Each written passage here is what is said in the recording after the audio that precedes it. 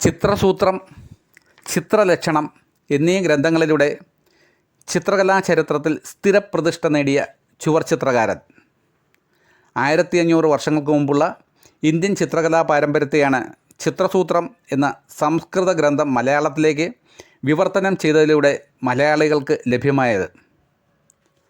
കല എത്ര ശൈലീകൃതമായാലും സാധാരണക്കാരന് പ്രാപ്യമാക്കണം എന്ന് വിശ്വസിച്ച കലാകാരൻ. കൊച്ചിയിലെ ഇന്ത്യൻ സ്കൂൾ ഓഫ് ആർട്സിൻ്റെ സ്ഥാപകൻ. ദീർഘകാലം വിവിധ വിദ്യാലയങ്ങളിൽ കലാധ്യാപകനായി സേവനം അനുഷ്ഠിച്ച വ്യക്തി.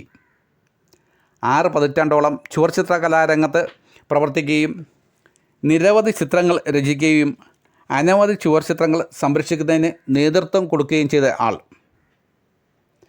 മറ്റ് ചുവർച്ചിത്രകാരന്മാരിൽ നിന്നും വ്യത്യസ്തമായ ഒരു ശൈലി തൻ്റെ ചിത്രങ്ങളിൽ സൃഷ്ടിച്ച് ചിത്രങ്ങളെ കൂടുതൽ ആകർഷകമാക്കിയ വ്യക്തി. ദക്ഷിണേന്ത്യൻ ചുവർച്ചിത്രകലയിൽ ഒരു പുതിയ അധ്യായത്തിന് തുടക്കം കുറിക്കുകയും ജീവിതകാലം മുഴുവൻ ചുവർച്ചിത്രകലയ്ക്കും അവയുടെ സംരക്ഷണത്തിനും അതിനുവേണ്ടിയുള്ള ഗവേഷണങ്ങൾക്കും ജീവിതം സമർപ്പിച്ച അപൂർവം ചിലരിൽ ഒരാൾ. ഒരു അന്താരാഷ്ട്ര ഭാഷ എന്ന നിലയിൽ ചുവർച്ചിത്രങ്ങൾക്ക് നിലനിൽപ്പും ആകർഷണവും ഉണ്ട് എന്ന് വിശ്വസിക്കുകയും അതിനായി നിരന്തരം പ്രവർത്തിക്കുകയും ചെയ്ത കലാകാരൻ. കണ്ണൂർ ജില്ലയിൽ മട്ടന്നൂരിലെ ഗ്രാമത്തിൽ 1934 ജനിച്ച കിഴക്കേടത്ത് കുഞ്ഞിരാമൻ വാര്യർ എന്ന കെ വാര്യർ പ്രസിദ്ധ ചുവർച്ചിത്രകാരനായ CV ബാലൻ നായരുടെ ശിഷ്യനാണ്.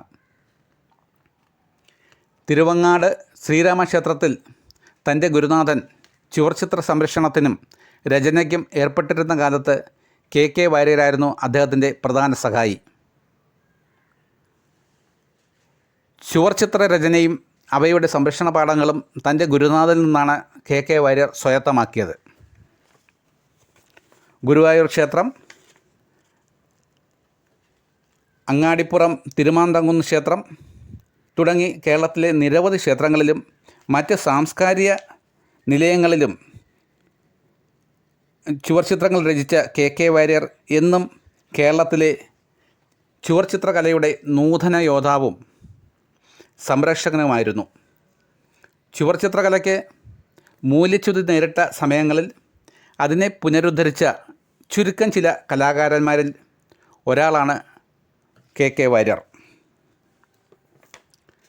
സീതാസ്വയംവരം, ചിത്രരാമായണം, ഏകം മഹാമുനി തുടങ്ങി നിരവധി ചിത്രങ്ങൾ കേരളത്തിൽ പലയിടങ്ങളായി രചിച്ച കെ വാര്യർ 2018 ആഗസ്റ്റ് 6 അദ്ദേഹത്തിൻ്റെ 84-ാമത്തെ വയസ്സിൽ അന്തരിച്ചു.